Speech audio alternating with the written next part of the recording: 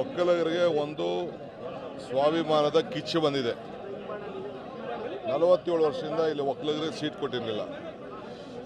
ನಾನು, ಸಿದ್ದರಾಮಯ್ಯನವರು, ವೆಂಕಟೇಶು, ಚಲರಾಯಸ್ವಾಮಿ ನಾವೆಲ್ಲ ಮಾತಾಡಿಕೊಂಡು ಈ ಬಾರಿ ಮೈಸೂರಲ್ಲಿ ಒಕ್ಕಲಿಗರಿಗೆ ಕೊಡಲೇಬೇಕು ಅಂತೇಳಿ ನಾವು ಯಾರೇ BJP ಕ್ಯಾಂಡಿಡೇಟ್ ಮಾಡ್ಕೊಳ್ಳಿ ನಾವು ಕೊಡಲೇಬೇಕು ಅಂತ ಹೇಳಿ ನಾವು ಸ್ಟಾರ್ಟಿಂಗೇ ಫಿಕ್ಸ್ ಮಾಡಿಕೊಂಡು ಆ ದೃಷ್ಟಿಯಿಂದ ಇವತ್ತು ಇಲ್ಲಿ ಸಿಕ್ಕಿದೆ. ಇದಲ್ಲದೆ 8 ಸೀಟು ನಾವು ಕೊಡಿಸಿದ್ವಿ. ಏಕೆಂದರೆ ಅಸೆಂಬ್ಲಿಲೂ ಕೂಡ ನಮಗೆ ಸಮಾಜ ನಮ್ಮ ಕೈ ಹಿಡಿದಿದೆ. ಕೆಲವು ನಮ್ಮ 2-3 ತಪ್ಪುಗಳಿಂದ ನಮಗೆ ಹಾಸನಲ್ಲಿ ಸ್ವಲ್ಪ ಹೆಚ್ಚು ಕಮ್ಮಿ ಆಯ್ತು ಅಷ್ಟೇ. ಇಲ್ಲಾಂದ್ರೆ ಹಾಸನಲ್ಲೂ ಒಂದು 3-4 ಸೀಟ್ ಬರ್ತಿತ್ತು. ಸೊ ಈಗ ನಾವು ಅತಿ ಹೆಚ್ಚು ಸೀಟನ್ನು ನಾವು ತೆಗೆದುಕೊಳ್ಳಲೇಬೇಕು. ಸೊ ಇವತ್ತು ಈ ನಮ್ಮದು ಜಾತಿ ಮೇಲೆ ನಮ್ಮ ಪಕ್ಷ ಇಲ್ಲ, ನೀತಿ ಮೇಲೆ ನಮ್ಮ ಪಕ್ಷ ಇದೆ. ಬಟ್ ಸಾಮಾಜಿಕ ನ್ಯಾಯ ದೃಷ್ಟಿಯಿಂದ ಈ ಸಮಾಜಕ್ಕೆ ಹಿಂದಿಂದ ಏನು ಅನ್ಯಾಯ ಆಗ್ತಿತ್ತು ಅದನ್ನು ಸರಿ ಮಾಡಬೇಕು ಸೀಟ್ ಹಂಚಿಕೆಯಲ್ಲಿ ಅಂತ ತೀರ್ಮಾನ ಮಾಡಿ ಈಗ ಎಲ್ಲ ಮುಸ್ಲಿಮ್ಸು ಅವ್ರು ನಮ್ಗೆ 12 ಸೀಟ್ ಬೇಕು, 13 ಸೀಟ್ ಬೇಕು ಅಂತ ಅವ್ರು ಕೇಳ್ತಾರೆ.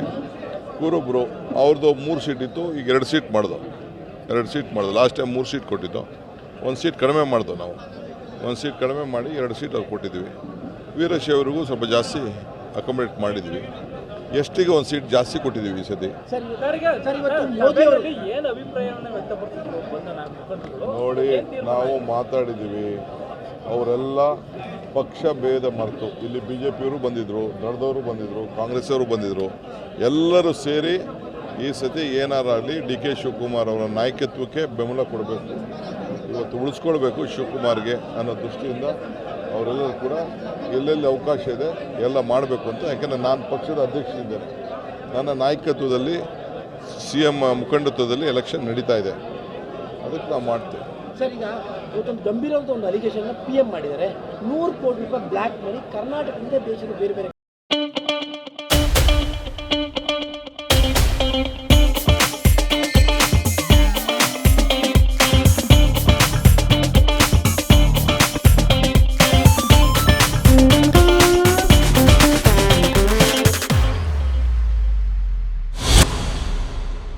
ಹೋಗ್ತಾ ಇದೆ ಈ ಎಲೆಕ್ಷನ್. ಅಲ್ಲ, ಈ ಸದ್ಯಕ್ಕೆ ಅವ್ರ ಬಾಂಡ್ದು ಅವ್ರ ಲೆಕ್ಕಾಚಾರ ಆಡಲಿ. ಅವ್ರ ಬಾಂಡ್ದು ಏನೈತಿಯಲ್ಲ ಅದಕ್ಕೆ ಅಕೌಂಟ್ ಫಸ್ಟ್ ಅವ್ರು ಕೊಡಲಿ. ಅರ್ಥ ಆಯ್ತಾ? ಅವರೆಲ್ಲ ನೋಡಿದ್ರಾ, ಮಾಡಿದ್ರಾ? ಇಲ್ಲಿ ಪ್ರೈಮ್ ಮಿನಿಸ್ಟರ್ ಪಾಪ ಈಗ ಈ ದೇವೇಗೌಡರ ಬಗ್ಗೆ, ಕುಮಾರಸ್ವಾಮಿ ಬಗ್ಗೆ ಹಿಂದೆ 1 ವರ್ಷದಿಂದ ಎಲೆಕ್ಷನ್ ಬಂದಿದ್ರಲ್ಲ ಇದೇ ಗ್ರೌಂಡಲ್ಲಿ ಏನೇನು ಮಾತಾಡಿದ್ರು? ಮಂಡಿಗೆ ಬಂದಾಗ ಏನೇನು ಮಾತಾಡಿದ್ರು? ಅಮಿತ್ ಶಾ ಮಂಡಿಗೆ ಬಂದಾಗ ಏನೇನು ಮಾತಾಡಿದ್ರು ಕುಮಾರಸ್ವಾಮಿ ಮೇಲೆ? ಅವೆಲ್ಲ ನಾವು ಸೀರಿಯಸ್ ಆಗಿ ತೊಗೊಳಕ್ಕಾಗಲ್ಲ. ಎಲೆಕ್ಷನ್ ಟೈಮಲ್ಲಿ ಮಾತಾಡೋದೆಲ್ಲ ಸೀರಿಯಸ್ ಆಗಿ. ಯಾವ ದುಡ್ಡು, ಎಲ್ಲಿದೆ ದುಡ್ಡು, ಅವ್ರದ್ದು ದುಡ್ಡಿರೋ ಅವ್ರದ್ದೇನೋ ಇರ್ಬೋದು ಅಷ್ಟೇ, ನಮ್ದು ಯಾವುದು ದುಡ್ಡು. ನಿಮ್ಮ ಬಗ್ಗೆ ಹೇಳ್ತಾ ಇದ್ದಾರೆ ಸರ್, ನೀವು ಬಾಚ್ತಾ ಇದ್ದೀರಾ? ಅವರು ನನ್ನ ಕಂಡ್ರೆ ಭಾಳ ಪ್ರೀತಿ ಇದೆ. ಅವರು ನನ್ನ ಕಂಡ್ರೆ ಭಾಳ ಪ್ರೀತಿ, ನಾನು ನೆನೆಸ್ಕೊಳ್ಳೇಬೇಕು. ಅವರು ನೆನೆಸ್ಕೋತಾ ಇದ್ದಾರೆ, ಭಾಳ ಪ್ರೀತಿ ಇದೆ ನನ್ನ ಕಂಡ್ರೆ. ಅದಕ್ಕೆ ಅವ್ರು ಆಗಾಗ ನಾನು ನೆನೆಸ್ಕೋತಾ ಇರ್ತಾರೆ.